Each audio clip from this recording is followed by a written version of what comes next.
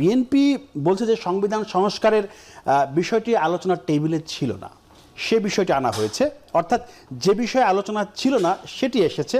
সেই সঙ্গে আবারও ঐক্যমত না হলেও পরবর্তীতে অগোচরে কিছু বিষয়ও এসে গেছে। এসব বিষয় নিয়ে বিএনপি কথা তুলেছে। 48টি বিষয়ের কথা বলা হচ্ছে।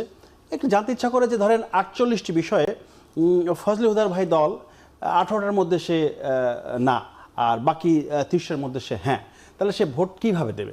সে যদি হ্যাঁতে দেয় তাহলে তার না ভোটগুলো তো হ্যাঁ হয়ে গেল। এই যে জটিলতা তৈরি হলো এতদিন পরে, আলোচনার পরে, এই জটিলতা কেন তৈরি হলো? না, বিষয়টা তো এরকম না। ইনফ্যাক্ট আপনি যখন ফেব্রুয়ারি থেকে শুরু করে আচ্ছা সেপ্টেম্বর অক্টোবর পর্যন্ত আপনারা উনি একটা নোট অফ ডিসেন্ট দিছে, উনি একটা নোট অফ ডিসেন্ট দিছে, কিছুটা একমত হয়েছে। তার মানে কি, পক্ষে বিপক্ষে আছে, ডিভিশন ওখানে আছে। তার মানে ঐক্যমত তো হয় নাই।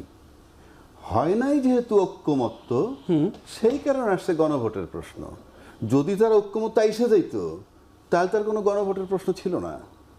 বিষয়টা কি পরিষ্কার হয়েছে? হ্যাঁ, যদি সবাই ঐক্যমত হয়ে যেত যে এখানে যা যা প্রস্তাব দিচ্ছে আমরা সব মেনে নিলাম, তা তো হয়েই গেল। কেন হয়ে যাবে? কেন হয়ে যাবে? জনগণের রায় কোথায়?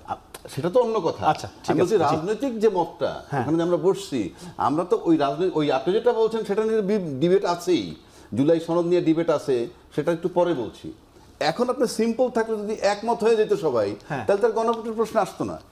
একমত না হওয়াটাই তো স্বাভাবিক। গণতন্ত্রে সবাই যদি একমত হয়ে যায় তাহলে দ্বিমতের আর কোনো দাম থাকলো না। সে কারণেই তো আপনি যদি বেসিক কতগুলো জিনিসে একমত না হন, আপনি 100টা বিষয় আছে মনে করেন, এর ভিতরে 70টা 80টা 90টা আপনি একমত হয়েছেন, 10টা হইলে না যেটা বেসিক জায়গা।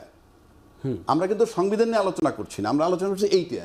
তো ভাইটাল কতগুলো জায়গায় যদি আপনি একমত না হন তাহলে তো কিছুই হলো না।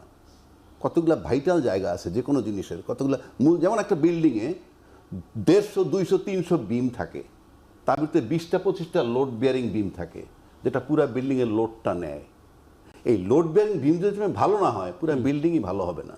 সুতরাং আপনি ওই যে আমরা এতদিন শুনছি এইটা একমত হয়েছেন, ওইটা একমত হয়েছেন, তার 84টার মধ্যে 60টা হয়েছি, এখন মনে হয় যেটা বোল্ডশিট, বেসিক জায়গায় কিছু হয় নাই।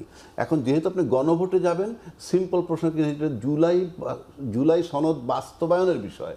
সুতরাং এখানে হ্যাঁ বা না, এখানে ওগুলো আর থাকে নোট অফ ডিসেন্ট। আপনি কি 84টায় জনগণ ভোট দিবে, ওই হ্যাঁ দিছে এটা আমি না দিলাম, হ্যাঁ এটা হয় না।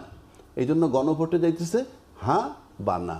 এখন যদি হ্যাঁ বা না হইলে ধরে নেন আপনি জুলাই বাস্তবায়ন যে আইনটা, মানে কি সরি বাস্তবায়ন সনদ বাস্তবায়ন, ভিতরে লেখা আছে কিন্তু সংবিধান সংস্কার 2025। তার মানে হচ্ছে এইটা যদি আপনি পাশ করান, এটা পাশ করার পর সেকেন্ড ধাপ আসবে এইটার আলোকে নির্বাচন। যদি প্রশ্ন করেন কেন, যে দাবি করছেন, আনিস ভাই দাবি করলো ফর এক্সাম্পল যে আগে গণভোট, আচ্ছা উনি দাবি করলেন গণভোট আর নির্বাচন একসাথে। আগে কি তাহলে গণভোট আগে? হ্যাঁ, জাতীয় নির্বাচন আগে না গণভোট আগে হবে? সেটাই তো, এটা জামাত দাবি করতেছে নভেম্বরে, হ্যাঁ তারা দাবি করছে, বিএনপি চাচ্ছে একই দিনে। আমি তো সেটাই বলছি, আমি তাদের নাই, যে যার মতে চাইবে, কিন্তু দুইটা যদি একসাথে চান একই দিনে, নির্বাচন করতেছেন কোন আইনে? নির্বাচনটা হচ্ছে কোন আইনে সেটা তো বলতে হবে, কারণ এর আগে তো তফসিল দিতে হবে। তো তফসিলে তো বলতে হবে আমি সংবিধানের অত অনুচ্ছেদ মোতাবেক নির্বাচন তফসিল ঘোষণা করছি। এই যে অনুচ্ছেদ, কোনটার অনুচ্ছেদ নেবেন আপনি? আপনি বলতে হবে তো কোন সংবিধানের কোন অনুচ্ছেদ। যদি বলেন যে এক্সিস্টিং যে সংবিধান আছে তার অনুচ্ছেদ মোতাবেক আপনি দেন, তাহলে সেই সংবিধানে তো বলা আছে সংসদ ভেঙে যাওয়ার 90 দিনের মধ্যে নির্বাচন। কিন্তু এখন তো বিশেষ পরিস্থিতির কারণে সেটা হয় নাই। বিশেষ বলতেছি আমি, বিশেষ পরিস্থিতির কারণে হয় নাই। তাহলে আপনি যদি ওই সংবিধানের দোহাই দেন, ওই সংবিধানে কি বলা আছে যে বিশেষ পরিস্থিতি থাকলে যখন মন চায় তখন করবেন?